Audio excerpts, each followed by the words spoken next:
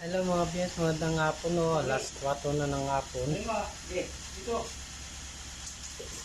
ayan o. Birthday by... May konting discussion po sila for today. Ito yung ating mga...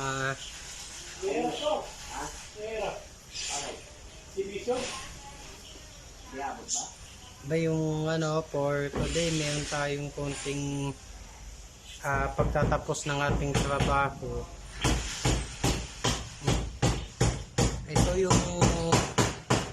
Ito ngayon, konting tapan na lang. Nandito si Kuya Buboy at Mongoli for today. Ito, hindi pala ngayon. Kasi ito yung part natin. Ito ay may konting kwentuhan.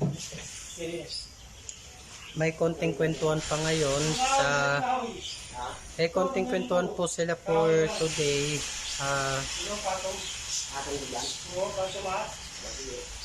Tigit sa lahat, si Kuya Rolly nandyan. Medyo nagsisettle pa ng andamyo for ano, ayan o.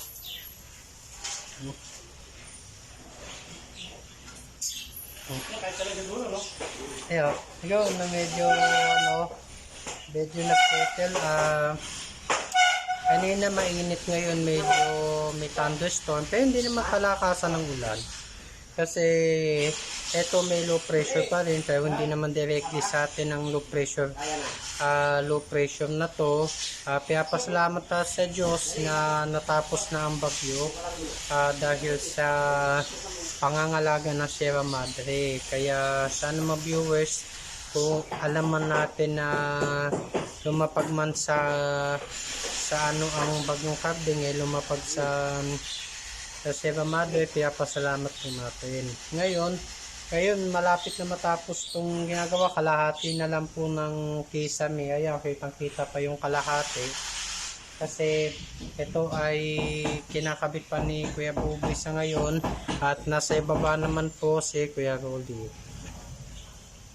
Nasa ibaba pa ngayon si Kuya Rolly. Sana mga viewers may makapanood po ng ating activities for ito yung messages ni nanay. Mamaya pa to. Ito yung ating medyo nagtatawan, konting tawanan po sila. Ito para makita nyo po mga ayan o. Ayan, ito medyo may tawanan pa dito sa mga trabahong to kasi nga napakasarap ng may ginagawa. Kahit maraming trabaho, hindi naman nakaka-stress. At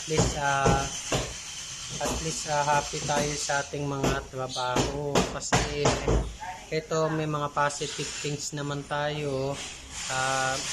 At kagagaling lang po sa project nila Kuya Rolly kay Tito. Kaya ito may time po tayo magkaroon ng bagong kisame doon sa ating lanay.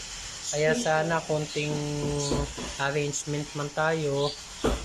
Ito kami na ni Ate Odette ang mag-uulong ng arrangement na to.